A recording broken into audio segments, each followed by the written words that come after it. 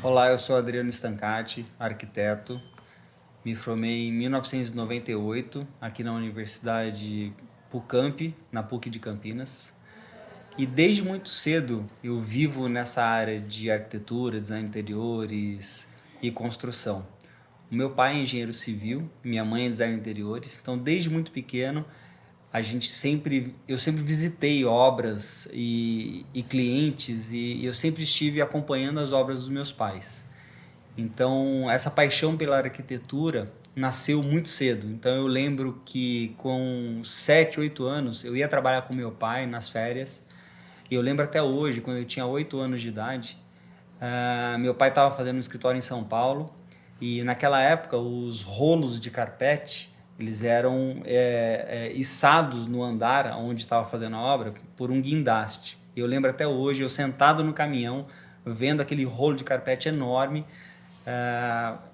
entrando pela janela do escritório para poder fazer o escritório. Então isso me fascinou tanto e por vários momentos, várias obras eu acompanhei meu pai desde muito cedo. E quando eu tinha 12 anos de idade, meu pai estava fazendo o escritório do McDonald's e eu sempre fui muito movido a desafios. E meu pai me levou nesse escritório que estava terminando, tinham mais de 600 cadeiras, todas embaladas com plástico. E foi muito legal porque meu pai falou assim: se você desembalar 600 cadeiras, eu vou te dar um presente. Nisso, o presidente do McDonald's da época, o Gregory Ryan, ele ouviu meu pai falando e ele falou assim: mas quem é esse moleque? Ele falou assim: meu filho. E aí, o que ele está fazendo? Por que ele está trabalhando aqui e desembalando as cadeiras? Aí meu pai falou assim: quando ele terminar de desembalar as 600 cadeiras, eu vou dar um presente para ele. Aí o Gregory virou pro meu pai e falou assim: pode deixar que eu vou dar esse presente para ele. E quando eu terminei de desembalar as 600 cadeiras, o Gregory veio com uma bola do McDonald's, assim, vermelha e amarela. E esse foi meu presente por ter desembalado as 600 cadeiras. Então, desde muito cedo, eu sempre estive envolvido com arquitetura e foi uma grande paixão. E eu já tinha certeza o que eu queria fazer. Meu pai tinha um escritório em São Paulo e tinha diversos arquitetos, na época trabalhando ainda com prancheta, né, com nanquim, com vegetal. E eu, com 14 anos de idade, eu descobri o AutoCAD. E ainda os arquitetos tinham na época, eu acho que 16 arquitetos no escritório do meu pai. E aí eu cheguei pro meu pai e falei assim: eu já tinha descoberto o AutoCAD, já tinha baixado o AutoCAD no meu computador. Aí eu cheguei pro meu pai e falei assim: pai, qual é o projeto assim mais difícil que o arquiteto demorou para fazer no nanquim, no vegetal? Era uma concessionária de carros que eles estavam fazendo na época. E meu pai falou assim: olha, eles demoraram 20 dias só para fazer essa prancha. Eu falei assim: você me empresta essa prancha para poder passar o final de semana com ela? Ele falou assim: mas o que você vai fazer? Não, é um programa novo, tal, que eu descobri.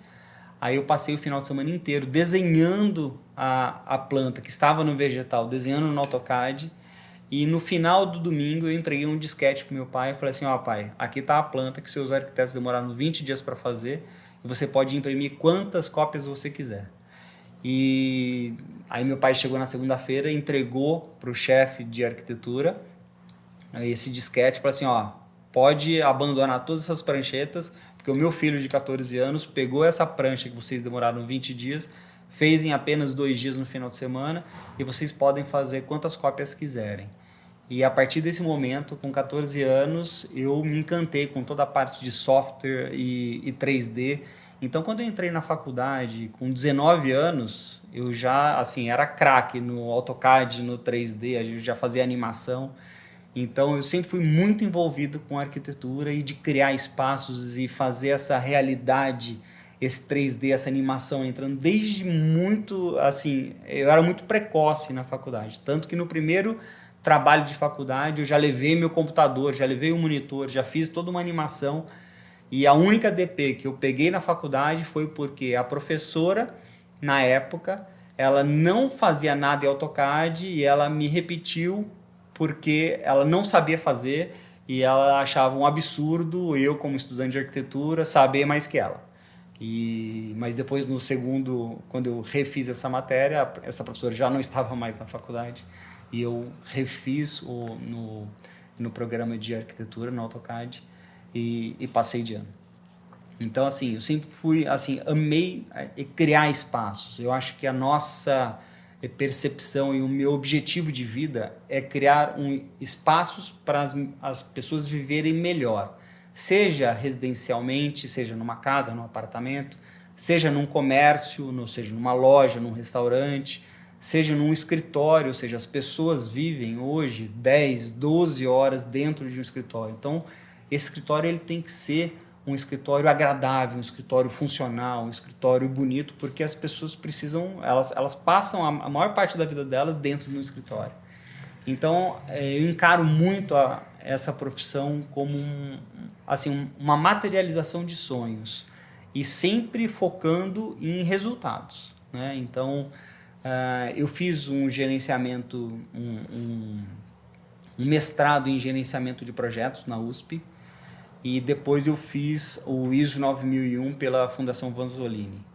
E isso me deu uma didática e uma metodologia muito grande para poder fazer todos os nossos projetos através do gerenciamento de projetos, né? Então, isso a gente consegue gerenciar. Hoje, atualmente, nós temos 37 projetos ao mesmo tempo aqui no escritório de Campinas, e nós temos 12 projetos em andamento na nossa filial em Miami. Nós abrimos nossa filial em Miami em 2014, já fazem 6 anos, e eu junto com a Dani, minha esposa, a Dani Guardini, que é minha sócia e esposa, a gente trabalha nos dividindo entre o escritório de Campinas e o escritório de Miami. E foi muito interessante porque essa abertura do escritório de Miami não foi porque aqui estava indo ruim os projetos ou estava em crise, muito pelo contrário. Em 2014, quando nós abrimos nossa filial, foi porque nós ganhamos uma concorrência mundial dos escritórios da Lenovo, e desde 2011 a gente já estava fazendo escritórios para a Lenovo. Aí em 2014 nós fomos contratados e ganhamos essa concorrência para poder fazer todos os escritórios da Lenovo nos Estados Unidos, que foram 7 estados. Então eu tive que abrir empresa lá nos Estados Unidos, tive que fazer os projetos pelos Estados Unidos, e depois de 2015 nós fomos fazer todos os projetos da Lenovo na Europa, Ásia, Emirados Árabes. E foi assim, aí a gente começou a deslanchar muito lá fora, né, com o nosso escritório. Então, e sempre com essa intenção de criar situações novas, de entender as necessidades dos nossos clientes e fazer o melhor projeto possível, né? Sempre alinhando aos custos, né, que os clientes sempre nos passam. Olha, eu tenho tanto para gastar, no tempo certo para gastar. Então, com esse mestrado que eu fiz na USP de gerenciamento de projetos, eu consigo analisar muito claramente, muito rápido, quais são as necessidades do meu cliente, ou seja, qual é o escopo do projeto, e muito mais do que o escopo é saber o não escopo, ou seja, o que não está incluído. Então, quando a gente tem muito bem definido o escopo do projeto, eu preciso analisar qual é o custo desse escopo, qual é o tempo de execução, né, de tudo que vai ser feito no projeto, qual é a qualidade que o cliente espera para eu poder superar a expectativa dele pelo mesmo custo. Aí quais são as pessoas envolvidas que vão estar, ou seja, quantos arquitetos, qual é a equipe que eu vou montar para poder fazer tudo isso acontecer. E isso me fascina, porque a gente tem sempre, com esses 37 projetos ao mesmo tempo, eu tenho muito claro quem está fazendo o quê, como vai ser feito, quais são os fornecedores, quais são os parceiros, quais são as ações que têm que ser trabalhadas. Então, eu acredito muito que um profissional de arquitetura, de criação, ele tem que ter o lado criativo dele muito aflorado, mas ele tem que ser um profissional, ou seja, ele tem que saber gerir o seu tempo, gerir seus projetos de uma maestria única, porque senão não adianta nada você ter uma excelente criação, um excelente dom para criar coisas e não saber executar. Então, por isso que eu brinco que nós somos realizadores de sonhos. Por quê? Eu não gosto de vender projeto ou vender uma arte e deixa o cliente executar. Porque quando você entrega uma obra que você mesmo executou, que você mesmo projetou, você tem uma percepção muito maior. Eu até brinco com os meus arquitetos aqui. Vocês têm que ir na obra, porque quando você faz um detalhe de uma marcenaria, um detalhe de um forro de gesso ou de uma iluminação, se você não vê como está sendo executado, você não vai se melhorar como profissional, porque é na obra que você vê exatamente se a solução que você criou, ela foi pertinente, ela deu resultado, aquele resultado que você queria e que você projetou para o seu cliente. Por isso que faço questão de ir em todas as obras que a gente faz o projeto. A maioria delas nós gerenciamos, muito mais os projetos corporativos, porque tem uma rapidez muito maior e uma responsabilidade de entrega muito maior. Então eu faço questão de gerenciar todos esses projetos. E eu posso, assim, falar que eu sou abençoado por sempre estar aprendendo a coisas novas. Por exemplo, a gente é um escritório, né, a Guardini Stancati, que a gente tem um portfólio de projetos enorme, né?